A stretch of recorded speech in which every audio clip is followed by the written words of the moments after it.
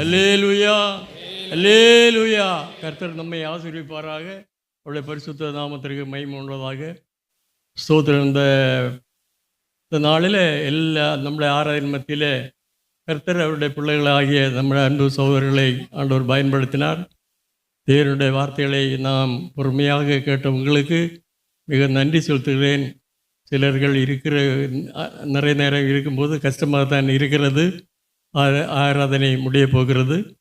ஸ்தோத்திரம். இந்த ஆராதனைக்கு பிற்பாடு கஞ்சி நமக்கு அருமையான கர்த்தருடைய பிள்ளைகள் கஞ்சியை வைத்தார்கள். அன்பு சகோதரி அவர்கள் சம்பந்தி செய்து கொண்டு வந்திருக்கிறார்கள். நாம் எல்லாரும் இங்கே இருந்து புசித்து திரும்பி செல்ல உங்களை அன்போடு தாழ்மையோடு நான் உங்களை கேட்டுக்கொள்கிறேன். கடைசியாக இயேசு கிறிஸ்துவை சிலுவையிலே அவர்கள் அறைந்தார்கள். சோதரர் யூத கணக்கின்படி 3 மணிக்கு அறையப்பட்டு அவர் 9 மணிக்கு அவருடைய ஜீவன் அவரை விட்டு பிரிந்ததாக கணக்கிடப்படுகிறது. ஸ்தோத்திரம். அப்படி சிலுவையிலே அறையப்பட்டவர்கள் அப்படி மறிக்க மாட்டார்கள். இழுத்து வெகுவும், அதாவது பீஸாக அவருடைய சரீரத்தை வெட்டி தான் அவர்களை எடுப்பார்கள். அதில் கிறிஸ்து நம்முடைய ஆவியை தேவனிடத்தில் ஹேண்ட் ஓவர் பண்ணார், ஒப்புவித்தார். நாம் அப்படி தான் நம்முடைய ஜீவனை பரிசுத்தமாய் வாழ்வோமானால் அவரிடத்தில் ஹேண்ட் ஓவர் பண்ணது ஒப்பு கொடுக்கிறது. அப்படிப்பட்ட ஒரு அனுபவத்தில் ஆண்டவர் நமக்கு ஒரு முன்மாதிரியாக கடந்து போனார். அவருடைய ஜீவன் போன உடனே இந்த பூமியானது முழுமை இருளடைந்தது. பரிபூர்ணமாய் துக்கத்தின் மிகுதியினால இந்த பூமி முகம் இருளடைந்தது. ரெண்டதாக அந்த தேவாலயத்தின் திரைச்சீலை 2ஆக கிழிக்கப்பட்டது. தேவாலயத்தின் திரைச்சீலையானது, அதாவது பிரகாரம், பரிசுத்த ஸ்தலம், மகா பரிசுத்த ஸ்தலம் இப்படியாக இருந்து, அதாவது தேவாலயத்தில் 4 1 தொட்டி, அடுத்து பிரகாரம், 2வது பரிசுத்த ஸ்தலம், அடுத்ததாக மகா பரிசுத்த ஸ்தலம். அதில் தான் மகா பரிசுத்த ஸ்தலத்தில் தான் திரைச்சீலை இருக்கப்பட்டது. அதில் பிரதான ஆசாரியன் மட்டும்தான் உள்ளே பிரவேசிக்க முடியும். அதுவும் அவன் பரிசுத்தமாய் போகாவிட்டால் அந்த மகா பரிசுத்த ஸ்தலத்தில் அவன் அப்படியே விழுந்து அவன் மாண்டு விடுவான். அதனால் அங்கே சங்கினியில் அவனுடைய காலை கட்டப்பட்டிருக்கும். அப்படிப்பட்ட ஒரு சூழ்நிலையில் இந்த இயேசு கிறிஸ்துவின் மரணத்தின் மூலம் அந்த திரைச்சீலை கிழிக்கப்பட்டு எல்லா மக்களுக்கும் மகா பரிசுத்த ஸ்தலத்தில் பிரவேசிக்கக்கூடிய ஒரு உன்னதமான பாக்கியத்தை தேவன் நாம் கொடுத்தார் என்பதை நாம் பார்க்கிறோம். அவருடைய மரணம் நமக்கு எவ்வளோ ஆசீர்வாதம், மேலே எவ்வளோ ஆசீர்வாதம்.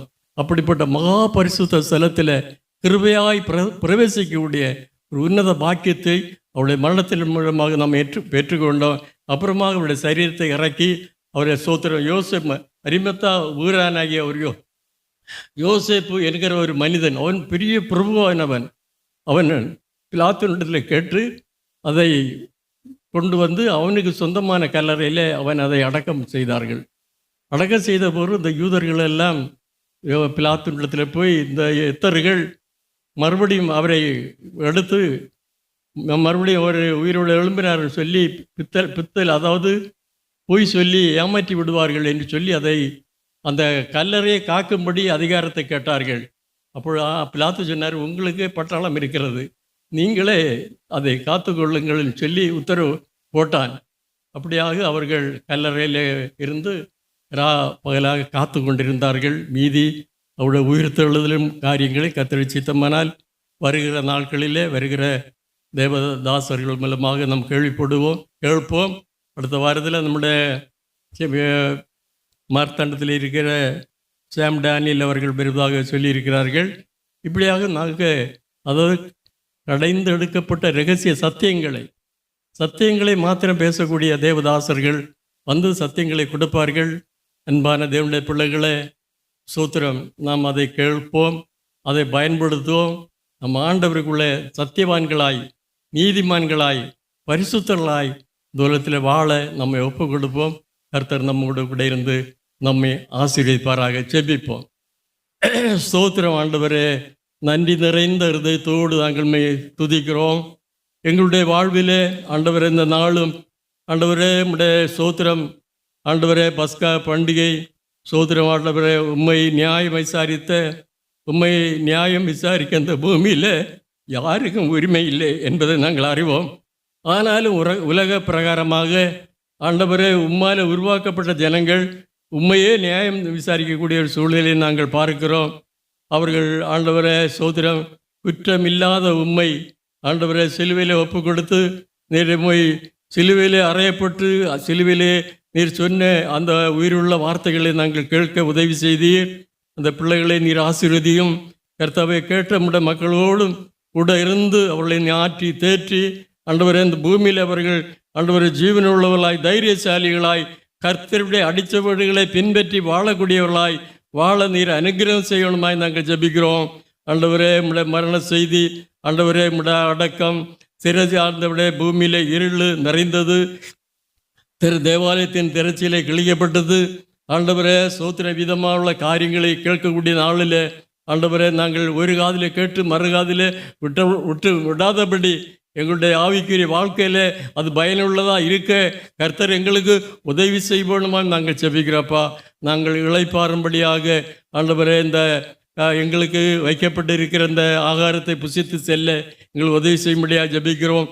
எல்லா பிள்ளைகளும் ஆண்டவரை சோதர மனமகிழ்ச்சியோடு அதை பங்கெடுத்து திரும்பி செல்ல ஆண்டவர் உதவி செய்யும்படியாக நாங்கள் ஜெபிக்கிறோம். தடைகள் அனைத்தையும் நீக்கப்படும் தேசத்தை ஆசீர்வதியும். இந்த சாரு கோக்கோள பாரத பள்ளி தேசத்திலிருந்து அநேகர்கள் வந்து ஆண்டவரை நம்முடைய ஜீவனுள்ள வார்த்தைகளை கேட்டு ஆண்டவரை புதிய ஜீவன் அடைந்து ஆண்டவரை இந்த பூமியில் மகிழ்ச்சியோடு ஆறுதலோடு சுகத்தோடு வாழ்ந்து நாமத்தை மையப்படுத்த கர்த்தர் உதவி செய்யணுமே நாங்கள் ஜெபிக்கிறோம். எல்லாமுடைய பிள்ளைகளுக்காய் ஸ்தோத்திரம்.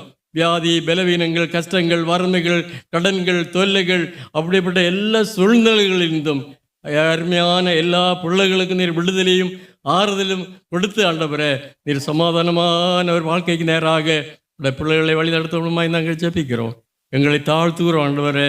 எங்களையும் ஆண்டவரே மிகவும் தாழ்மை உள்ளவர்களாக இந்த உலகத்தில் நாங்கள் வாழ ஆண்டவரே கர்த்தரை நாங்கள் முழுமையாய் பின்பற்றி நடக்க எங்களுக்கு உதவி செய்யும்படியாக ஜெபிக்கிறோம். துதி கனம் மைமை எல்லாம் நீர் எடுத்துக்கொள்ளும். யாவர் மேலும் கிருபையாரும் இறக்கமாயிருந்தே வறுமைப்பெரிய சும்மூலம் ஜபங்கள் அன்பு இருக்க நிறைந்த பரமபிதாவே ஆமேன். என் ஆத்துமாவே கர்த்தரை ஸ்தோத்திரி, என் முழு உள்ளமிட பரிசுத்தாமத்தை ஸ்தோத்திரி. என் ஆத்துமாவே கர்த்தரை ஸ்தோத்திரி, அவர் செய்த சகல உபகாரங்களையும் மறவாதே. ஆமேன். கர்த்தரும் இரட்சகருமாக இயேசு கிறிஸ்துவின் கிருபையும் பிதாவாகி தேவனுடைய அன்பும் பரிசுத்தாவியானுடைய ஐக்கியமும் இன்றும் என்றும் சதா காலங்களிலும் நம் மனவரோடும் கூட இருப்பதாக. ஆமேன். வல்லமை உண்டு உண்டு அற்புத வல்லமை இயேசுவின் இரத்தத்தால் வல்லமை உண்டு உண்டு அற்புத வல்லமை இயேசு கிறிஸ்துவின் இரத்தத்தினால் வல்லமை உண்டு உண்டு அற்புத வல்லமை இயேசுவின் இரத்தத்தால் வல்லமை உண்டு உண்டு அற்புத வல்லமை இயேசு கிறிஸ்துவின் இரத்தத்தினால். அல்லேலூயா அல்லேலூயா அல்லேலூயா. ஸ்தோத்திரம். கர்த்தர் நம் அனைவரையும் ஆசீர்வதிப்பாராக. ஆமென்.